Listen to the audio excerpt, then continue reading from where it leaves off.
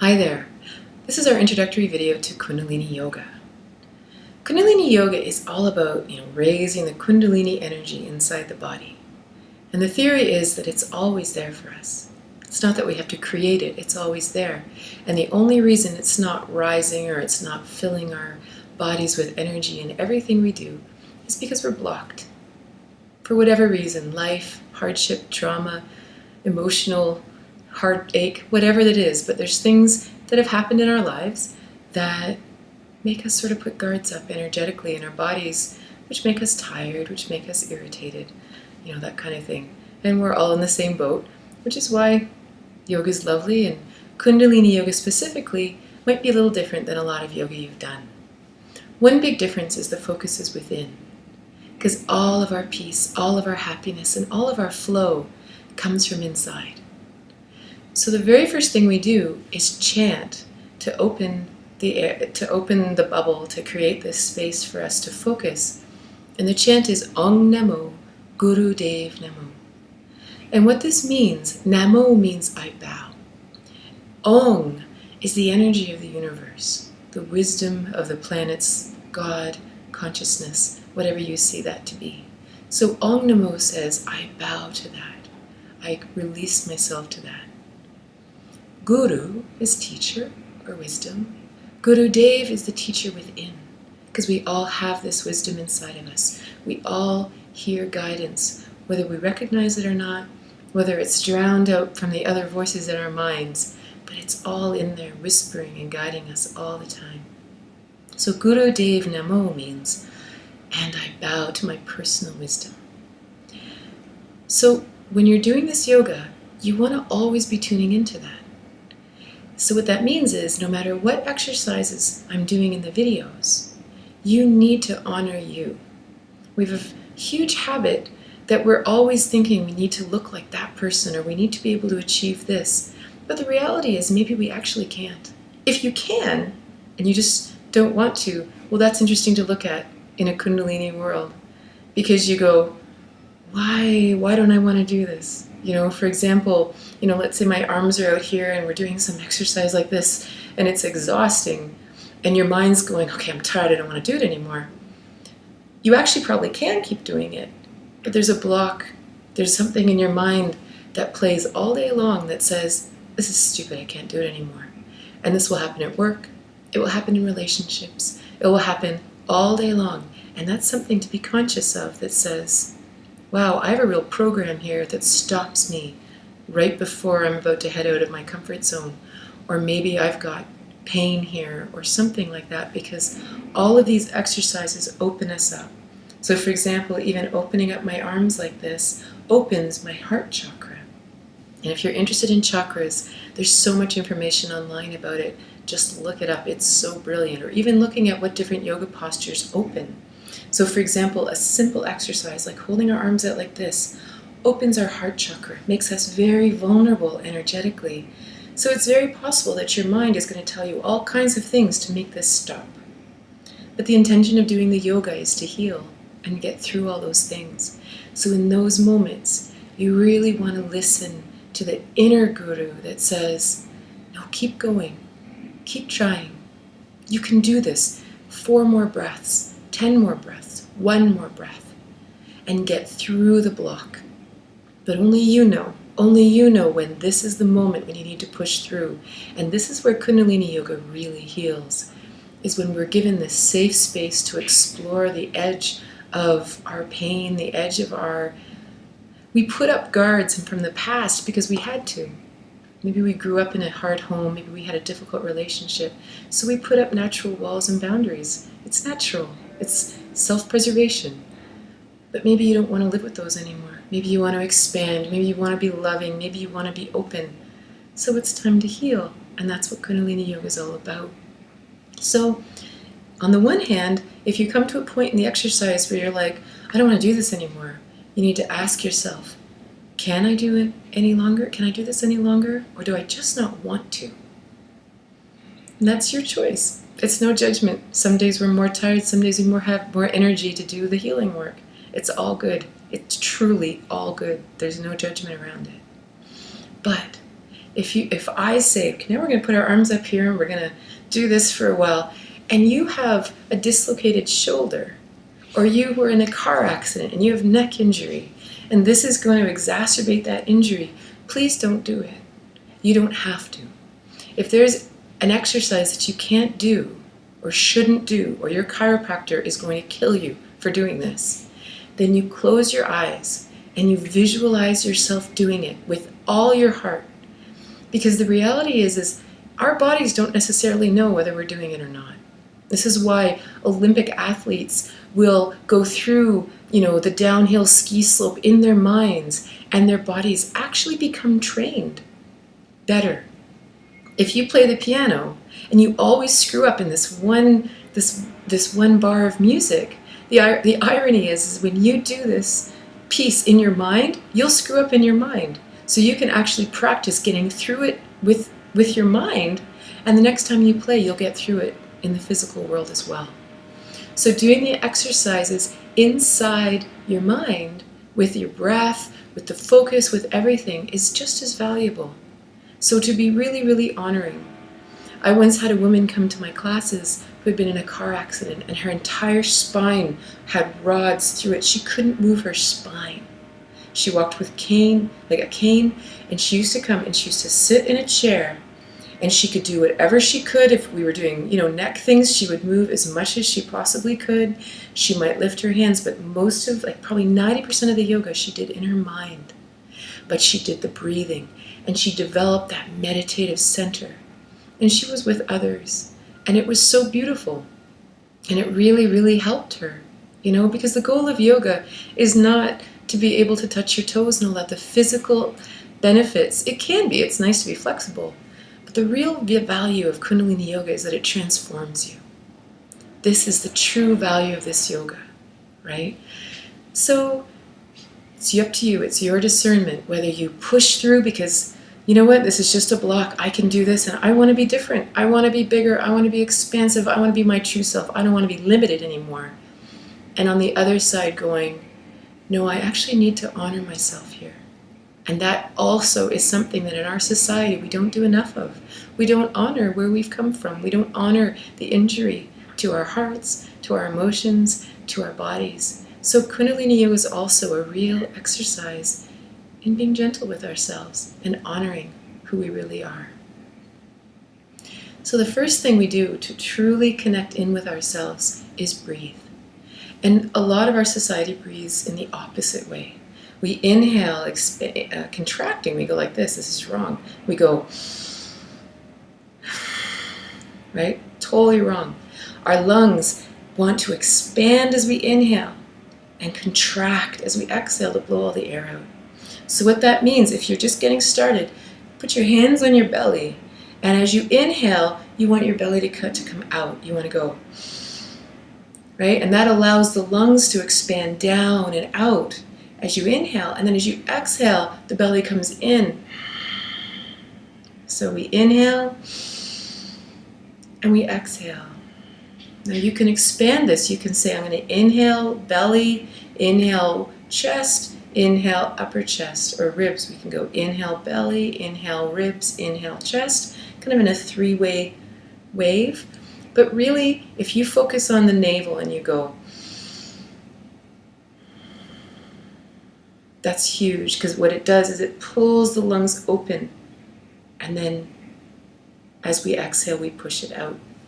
It's a huge deal.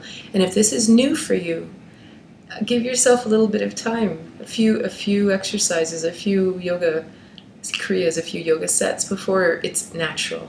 And after a couple of classes, it'll be easy peasy. But up until then, you might find yourself going, oh, now I'm breathing backwards again. Oh, it's all good. The beautiful thing about this breathing also is you want to do this all day long. It's not just in yoga. We do it in yoga because yoga is about practicing for life, right? It's the same thing. Let's say we're going to use this exercise. Our arms are like this, and we're getting annoyed, right?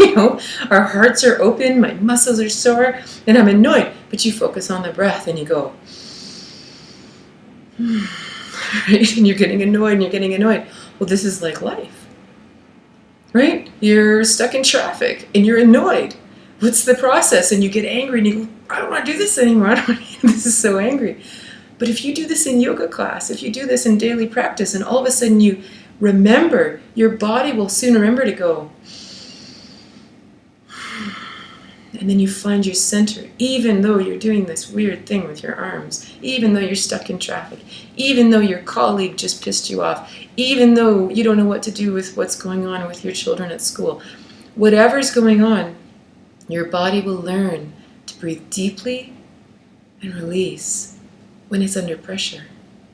And this is how we become yogic, right? It's actually being able to find our center and breathe when we're under pressure, when we're under stress. So some Kundalini yoga sets put us under pressure, right? It's not all just easy peasy stuff. Sometimes it really is challenging. It's not challenging like, you've got to balance on your hands. It's just challenging things like this, putting your arms up. But even this is very misleading as to what's happening, because what's actually happening is we're opening huge energy channels that go all the way down to our fingertips. It's not just a funny exercise. We're opening these huge energy channels. We're breathing. We're holding our posture. We're moving energy through the body. And so this is the other thing to understand about Kundalini Yoga. Each yoga class is a kriya. And a kriya is a set of exercises that is specifically designed to do something to our body, our psyche, our mind, our emotions. And so that's why we don't mix them up. If you do one of these kriyas and you go to a Kundalini yoga class somewhere in the world and they're doing this kriya, it will be identical to this. Because it's almost like a Rubik's Cube. Imagine a Rubik's Cube completely all messed up. The first exercise of the kriya will turn it this way, and our energy will be in a certain space. And then the second exercise will turn it this way. And the third will do this. And it'll slowly shift us into a different place. And this is why you don't want to skip exercises in the kriya. You want to do every single exercise. And that's why physically, if you can't, just close your eyes and envision it for all you're worth. Breathe, focus, envision your body doing it. And then the energy will still continue right to the end. The other thing to do, your eyes and your focus is very different in Kundalini Yoga, because oftentimes our eyes are open in yoga class, but in this yoga our eyes are closed. One of the reasons for that is it's your personal experience that matters. When our eyes are open, we're getting input from all around, which is completely irrelevant to our yoga practice. We want to close our eyes and actually focus inward. And this is actually something that's really beautiful in Kundalini Yoga in class, because a lot of people are very self-conscious of, am I as good as that person? As a society, we're very, not competitive necessarily, I want to be better than you, but we naturally compare ourselves to others. And this isn't the same when we're doing classes at home, but still a little bit. But when you close your eyes and you focus inward, whatever we're doing, you kind of experience it inward, and the body's just simply moving. It's not quite the same experience. So when our eyes are closed, sometimes I might say to look at your third eye, which is right here. It's your sixth chakra. And if you don't know where it is, your eyes do. If your eyes look up, and they close your eyes and you look up, they'll always find that spot. Our bodies are so much wiser than we think. Sometimes your eyes might be on the tip of your nose that you can't see, or on the chin. Now, I give all these instructions during the class, because when I teach these classes, there are always people in the class that have never done Kundalini Yoga. So you don't have to remember this now, because I will tell you in the class, but it's good to have some of these primers ahead of time. One of the other things that's really different about when you watch these videos is that you'll notice that I'm not doing the exercises with you. In Kundalini Yoga, my job as teacher is to just hold space for you to have an experience. You don't want me up there doing all this and emoting all of my stuff, right? Like I'm just the teacher. And your eyes are closed. You can watch me to kind of watch, okay, what's the exercise we're doing next, or how do I do this, this meditation or this pranayama. But after that, you close your eyes and you have your own experience. So if you're just watching the videos, which would be weird, you can if you want, but if you're just watching, you'll see me going, looking around the room or looking to see what music I'm going to put on next kind of idea.